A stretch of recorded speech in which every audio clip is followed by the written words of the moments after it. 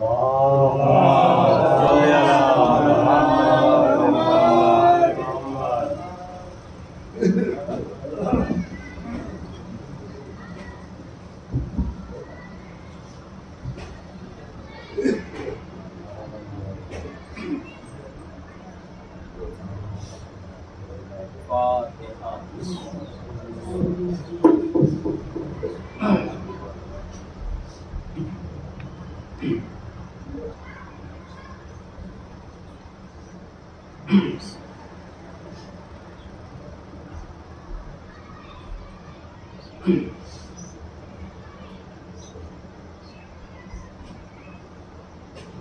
حول ولا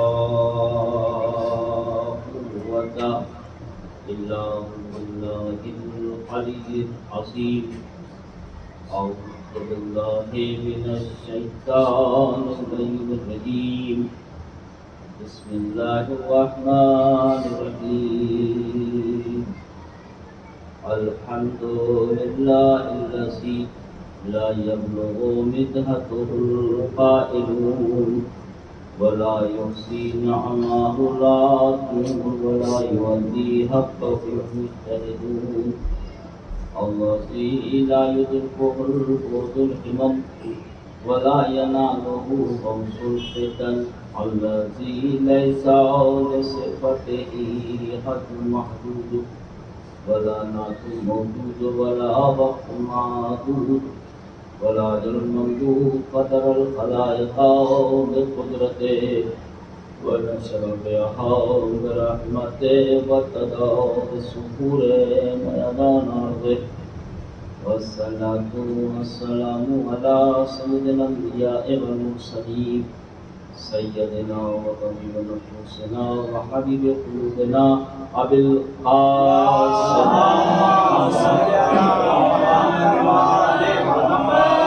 وآل بيته الطيبين الطاهرين المعصومين المظلومين ولعنة الدائمة على أعدائهم وغاصبي حقوقهم ومنكري فرائضهم أجمعين من الآن إلى قيام يوم الدين. أما بعد فقد قال الله سبحانه تبارك وتعالى وقوله الحق. بسم الله الرحمن الرحيم. قل هل يستوي الذين يعلمون والذين لا يعلمون إنما يتذكر أولي الألباب.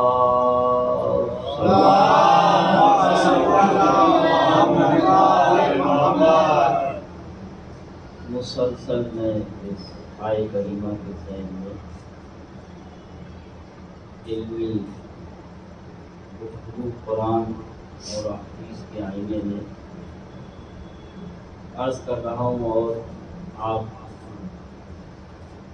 والہانہ انداز میں پرتگل سے سماعت فرما رہے ہیں، مجھے حوصلہ دے رہے ہیں.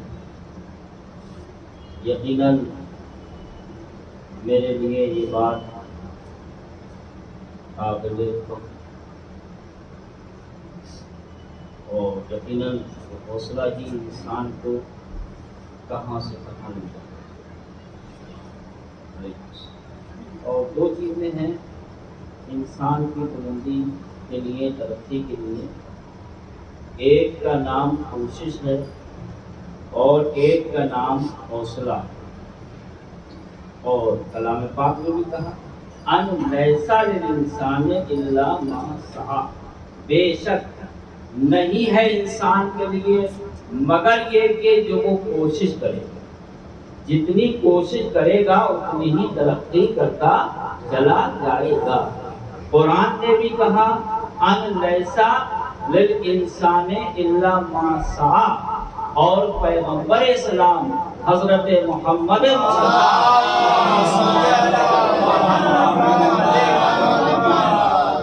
نے ارشاد فرمایا کہ السعی منا واتمام من اللہ، کہ کوشش کرنا یہ میرا کام ہے اور پائے تکمیل تک پہنچانا یہ پروردگار عالم کا کام ہے. تو اے بندے جو تیرا کام ہے محنت کرنا، کوشش کرنا، یہ تیرا کام ہے، تجھ کو بلند و بالا کر دینا یہ پروردگار عالم کا کام ہے۔ صلوات پڑھیے۔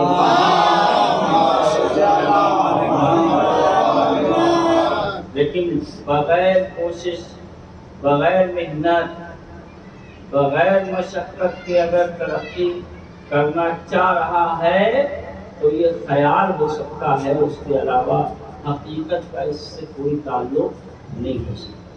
اب میں تمہیداً تھوڑا اپنی بات کو مضبوط کرنے کے لیے یہ عرض کرتا چلوں کہ انسان کا مزاج الگ الگ ہے اور اس کا شوق، اس کا ذوق۔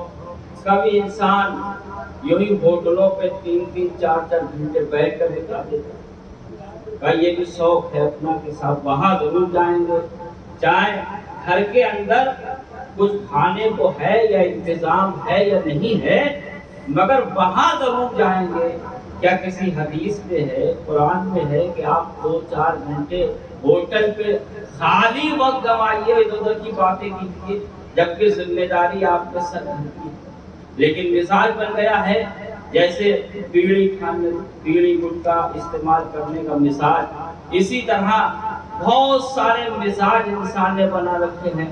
کچھ کو لڑائی کا شوق، ایک صاحب تھے تو انہوں نے کہا کہ بھائی ہم کو بڑی تمنا ہے، بڑی آرزو ہے کہ لڑائی دیکھیں، ہمیں لڑائی دیکھنے کا بہت شوق ہے۔ تو یہ بھی شوق ہے۔ پہلے تیر اندازی ہوتی تھی، جب زیادہ ان لوگوں سے کہا جو لڑنے کے لیے جاتے تھے کہ ہمیں بھی لے چلنا، تو کچھ دنوں تو ٹالتے رہے وہی، لیکن ایک دن وہ آیا کہ ان کی تمنا پوری ہو گئی، کہا چلو بھائی لے کر چلو، چلے گئے۔ اب جو وہاں جنگ شروع ہوئی تو اب جو تیر چلا تو پہلا تیر یہ جو شوقین تھے جنگ دیکھنے کے، لڑائی دیکھنے کے، ابتدا انہی سے ہو گئی، بسم اللہ انہی پر ہو گئی، وہ تیر ایک کے سر میں لگ گئے۔ اب وہ جیسے تیسے جو بیچارے لے کر گئے تھے ان کو لے کر آ گئے۔ اچھا ہوا وہ ہمدرد تھے جو ساتھ میں لے کر آئے، ورنہ تو بڑے بڑے میدان چھوڑ کر بھاگ آتے، کہاں کسی کی خبر لے۔ لیکن وہ ساتھ میں لے کر آئے اور ڈاکٹر کے اور طبیب کے پاس آئے اور دکھایا، تو ڈاکٹر نے جو غور سے دیکھا اور دیکھنے کے بعد کہا کہ دیکھیے ایک شرط ہے، معاملہ بہت سنگین ہے، اگر تیر میں نے نکالا، تیر کے ساتھ دماغ نہیں نکلا تب تو یہ بچ جائیں گے، اور اگر دماغ بھی نکل آیا تو ان کا بچنا مشکل ہے، دشوار ہے۔ تو ان جناب نے کہا کہ ڈاکٹر صاحب تیر آپ نکالیے، دماغ کی میں گارنٹی لیتا ہوں پوری ذمہ داری کہ وہ نہیں نکلے گا۔ اس نے تعجب سے کہا کہ بھائی میں ڈاکٹر ہوں اور آپ کو کیا خبر کہ یہ دماغ نہیں نکلے گا؟ اس نے کہا بھائی تم کیسے گارنٹی لے رہے ہو، تمہیں کیا یقین ہے؟ کہا ارے ڈاکٹر صاحب اگر میرے اندر عقل اور دماغ ہوتا تو میں میدان میں کیوں آ گیا؟ اس کا مطلب یہ ہے کہ میرے پاس کوئی دماغ اور عقل نہیں ہے۔ مگر کچھ لوگ ہوتے ہیں کہ جن کو لڑائی دیکھنے کا شوق ہوتا ہے، کچھ لوگ وہ ہوتے ہیں کہ جن کو لڑائی لڑنے کا شوق ہوتا ہے، اور کچھ لوگ وہ ہوتے ہیں کہ جنہیں لڑائی کروانے کا شوق ہوتا ہے۔ بہت توجہ کا بہت شوق ہے لڑائی دیکھنے کا، کچھ اس میں مست و مگن ہیں کہ ہمیں لڑائی دیکھنے کو ملے، کچھ لڑنے میں مست و مگن ہیں اور کچھ لڑائی کروانے میں مست و مگن ہیں۔ تو الگ الگ شوق ہے، کچھ لڑائی کرنا چاہتے ہیں، کچھ لڑائی دیکھنا چاہتے ہیں، کچھ لڑائی کروانا چاہتے ہیں، اور بہت چندے معدودے ہوتے ہیں جو یہ چاہتے ہیں کہ سلو بھی ہو جانا چاہیے، اتحاد بھی ہونا چاہیے، نفرت کو ختم ہو جانا چاہیے۔ مگر یاد رکھیے گا کہ نہ لڑائی لڑنے والے کامیاب ہیں، نہ لڑائی دیکھنے والے کامیاب ہیں، نہ لڑائی کروانے والے کامیاب ہیں۔ یقیناً کامیاب وہی افراد ہیں جو آپس میں اتحاد کراتے ہیں، سلو کراتے ہیں۔ صلوات پڑھیے۔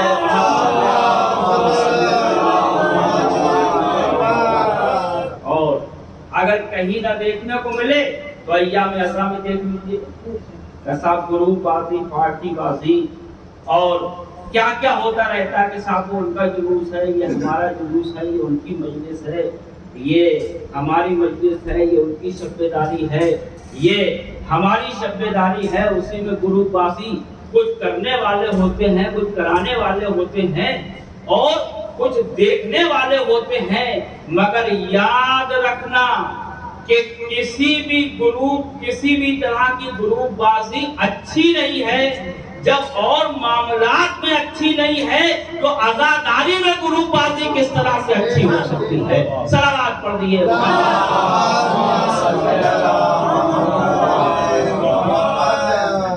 اتحاد، صلح، اصلح ذات البین، اپنے درمیان میں اصلاح کرو. یہی تمہارا عین اسلام ہے، یہی عین دین ہے، یہی تمہارا ایمان ہے، یہی تمہاری پہچان ہے.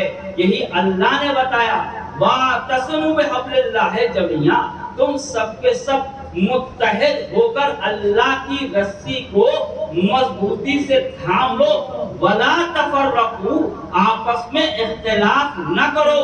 تو قرآن تو کہہ رہا ہے کہ اتفاق نہ کرو مگر اختلاف کیا جائے. قرآن کہتا ہے کہ اختلاف نہ کرو، اور اگر اختلاف کیا جائے تو اس کا مطلب یہ ہے کہ انسان اللہ کی نہیں مان رہا ہے بلکہ شیطان کی مان رہا ہے. اور جب شیطان کی مانے گا تو پھر وہ شیطان کے لشکر میں شامل ہو سکتا ہے، اللہ کے لشکر میں شامل نہیں ہو سکتا ہے. صلوات پڑھیے. اب میں تمہید کی منزل سے آگے بڑھتے ہوئے اعلان رب العزت ہے قل هل يستوي الذين والذين لا يعلمون، کہ اے میرے رسول کہہ دیجئے کہ کیا وہ لوگ جو جاننے والے ہیں اور وہ لوگ جو نہیں جانتے کیا برابر ہو سکتے ہیں؟ عزیزو، ہمارے اور آپ کے ساتویں امام یعنی حضرت امام موسیٰ کاظم علیہ السلام، اور یہ میں نے امام کی حدیث اس وجہ سے بیان کی کہ آج کی جو 7 تاریخ ہمارے درمیان سے گزری ہے اس میں ہمارے اور آپ کے 7ویں امام یعنی امام موسیٰ کاظم علیہ السلام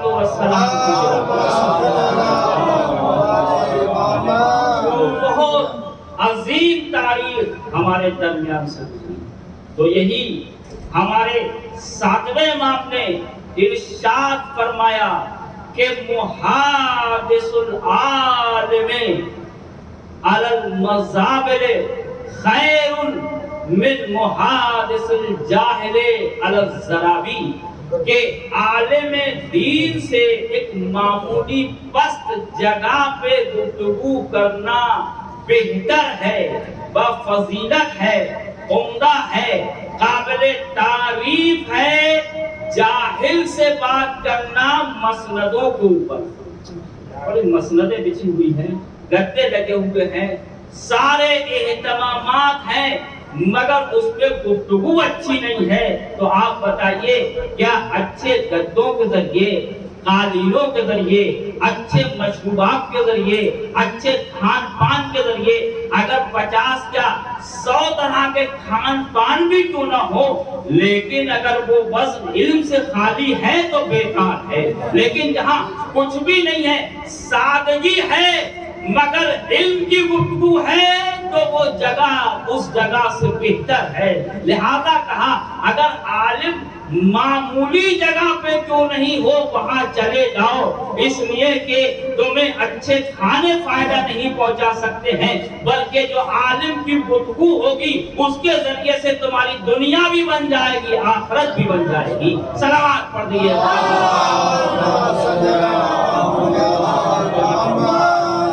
یقیناً جو اہل بیت کے حقیقی چاہنے والے تھے انہوں نے منصب کی پرواہ نہیں کی، دولت کی پرواہ نہیں کی، مسندوں کو نہیں دیکھا، قالینوں کو نہیں دیکھا، محلوں کو نہیں دیکھا، شہنشاہوں کو نہیں دیکھا، بلکہ یہ دیکھا کہ ہمارے آقا کی مرضی کیا ہے، ہمارے مولا کا حکم کیا ہے؟ ابھی جو بات آ گئی ہے تو آپ کی خدمت میں کروں کہ یہی 7ویں امام ہیں جن کی ولادت ہمارے درمیان سے گزری ہے۔ آ کر علی بن یقین کو دعوت دی گئی کہ تم وزارت قبول کر لو، مگر علی بن یقین ہیں جو مولا کی چوکھٹ پہ آ گئے۔ مولا آپ بتائیے، اس لیے کہ اگر وہاں رہوں گا تو میرا دین سلامت نہیں رہ سکتا ہے، میرا ایمان سلامت نہیں رہ سکتا ہے۔ آپ بتائیے، جب علی بن یقین جو مولا کے حقیقی چاہنے والے تھے، جب آ کر آپ کے دروازے پر سر جھکا دیا تو یہ تو ہر شے کا حل نکال لیا کرتے ہیں۔ امام نے کہا جاؤ، تمہیں اجازت ہے، تم وزارت قبول کر لو، مگر ایک شرط ہے۔ علی بن یقین بہت توجہ کا مولا، وہ شرط کیا ہے؟ کہ دیکھو دربار میں جا کر ہمارے شیعوں کی حفاظت کرنا یہ تمہارا کام ہے اور تمہاری حفاظت کرنا یہ ہمارا کام ہے۔ کہا ٹھیک ہے مولا۔ آ گئے، وزارت کو قبول کر لیا اور جو ذمہ داری تھی مکمل طریقے سے اس ذمہ داری کو ادا کیا۔ ایک دن مسئلے پہ بحث ہونے لگی وضو کے سلسلے میں کہ وضو کا طریقہ کار کیسا ہونا چاہیے۔ علی بن یقین نے مولا کو لکھا کہ مولا کس طرح وضو کیا جائے۔ مولا نے جو جواب لکھا تو عجیب و غریب، تڑپ گئے، حیران رہ گئے۔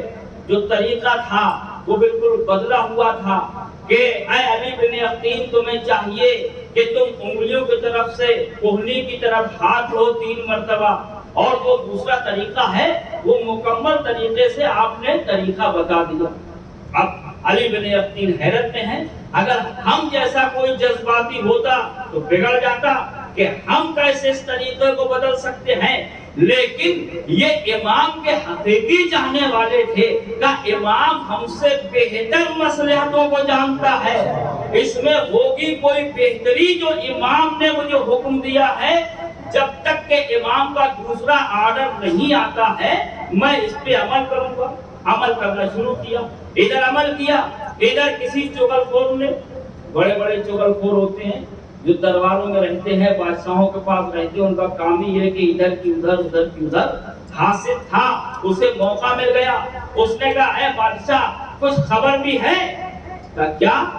کہا یہ ہے رافضی، یہ جو امام موسیٰ کاظم ہیں ان کے طریقے پہ چلتے ہیں، ان کے طریقے پہ وضو کرتے ہیں، ان کے طریقے پہ نماز پڑھتے ہیں، جو کچھ ہے ان کا سلسلہ ان سے ملتا ہے، تمہیں کچھ خبر بھی ہے؟ اب تو اس نے دیکھا کہ جل بھول گیا، تیش میں آ گیا، کہا میں تو اس کا جائزہ کروں گا۔ لہذا اس نے علی بن یقین کو اسی طرح سے اپنے گھر کے اندر بلایا اور کہا کہ تمہیں یہ کرنا، یہ کرنا، یہ کرنا ہے، 24 گھنٹے تک یہ کام کو کام دے دیا۔ کہا وقت آئے گا نماز کا تب تو یہ وضو کریں گے۔ ایک گھر کے اندر ان کو رکھا اور روشن دان کے ذریعے سے اس نے جائزہ لیا۔ اچھا بھائی، ایک دن ہو سکتا ہے کہ نماز نہ پڑھیں، وہ ضروری ہے کہ نماز پڑھیں، لیکن دیکھیے دشمن تھا مگر علی بن یقین کے کردار پہ کتنا یقین تھا کہ کچھ کریں نہ کریں لیکن یہ نماز ضرور پڑھیں گے۔ تو عزیزو، اگر مولا کے چاہنے والے ہو تو تمہاری عبادت پہ دشمن کو بھی اتنا یقین ہونا چاہیے، اتنا بھروسہ ہونا چاہیے کہ کچھ ہو سکتا ہے لیکن یہ عبادت الہی کو ترک نہیں کر سکتے۔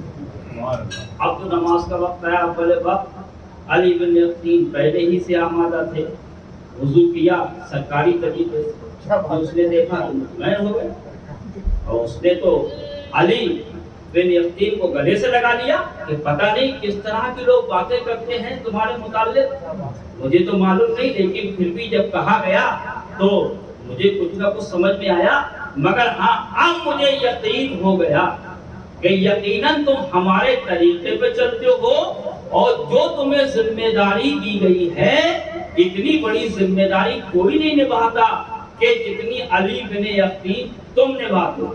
اب یہاں سے وہ آ گیا، مطمئن ہو گیا۔ اب ادھر سنیے، وہ جو چغل خور تھا جس نے چغلی کی تھی اس کو بلایا اور آرڈر دیا کہ اس کو 1000 کوڑے لگائے جائیں. کتنے؟ 1000 کوڑے اس پہ لگائے جائیں. حکم مل گیا. اب جو کوڑے برسائے گئے تو معاملہ تھا 1000 کا. 500 کوڑے لگے کہ یہ جہنم رسید ہو گیا. یہ دشمن علی بن یقین جہنم رسید ہو گیا. اس کا خاتمہ ہو گیا. یہ جہنم رسید ہو گیا اور علی بن یقین کی عزت میں 4 چاند لگ گئے. اب جو علی بن یقین بچ کر گھر میں آئے، شکر کا سجدہ کیا اور آواز دی یقیناً اگر ایسے مولا ہو تو کیا کہنا، کائنات میں جیسے ہم کو مولا ملے ہیں کسی کو نہیں مل سکتے. اب جیسے ہی علی بن یقین کا یہ امتحان ختم ہوا، خود بخود امام کا دوسرا خط علی بن یقین کے پاس آ گیا. علی بن یقین اب تمہارا امتحان ختم ہو گیا، تم امتحان میں کامیاب ہو گئے. اب جو پہلا جو طریقہ تھا اسی طریقے پہ عمل کرنا شروع کر دو. سلامات پڑھ دیے.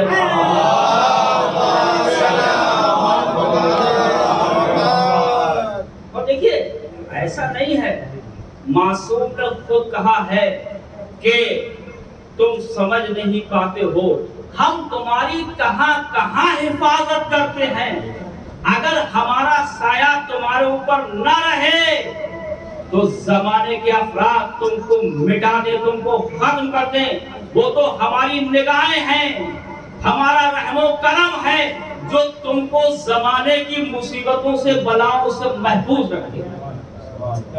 یقیناً اگر ہمیں کوئی نقصان پہنچے تو ہماری کمی ہو سکتی ہے، ہماری غلطیاں ہو سکتی ہیں، ورنہ وہ تو ہماری خوشی میں خوش رہتے ہیں، ہمارے غم میں رنجیدہ ہوتے ہیں، ہمارے اعمال کو دیکھتے ہیں. اور روایتوں سے ملتا ہے کہ ہر روز جمعہ ہمارے اعمال چاہنے والوں کے اعمال امام زمانہ کے سامنے پیش ہوتے ہیں.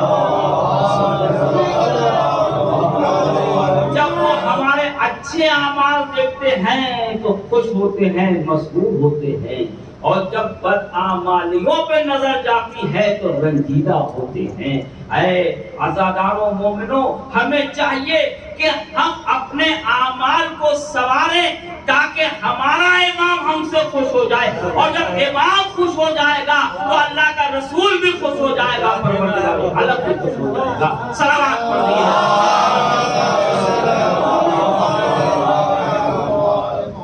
ایک مرتبہ اور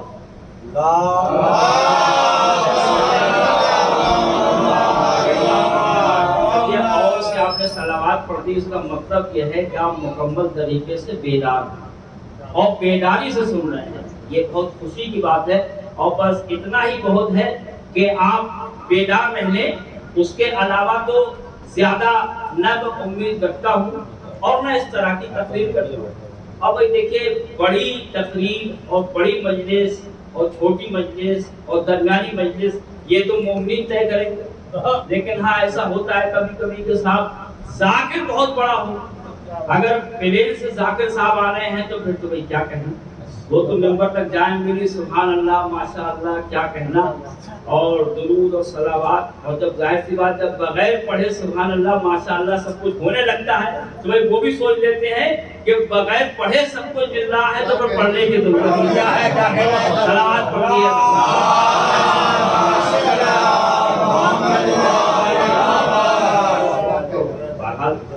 اب وہ سب کیفیات نہیں ہے لیکن پھر بھی آپ بیدار ہیں تو یہ بڑی بات ہے. اور یقیناً یہ ذکر وہ ہے، یا تو اللہ نے یہ عظمت کلام الہی کو عطا کی ہے کہ جب بھی تلاوت کی جائے گی تو تازہ دکھائی دے گا، یا پھر ذکر آل محمد کو وہ عظمت عطا کی ہے کہ جب بھی ذکر آل محمد کیا جائے گا تر و تازہ دکھائی دے گا، اس میں تازگی دکھائی دے گا. جناب علی بن یقین مولا کے چاہنے والے، مولا نے حفاظت کی.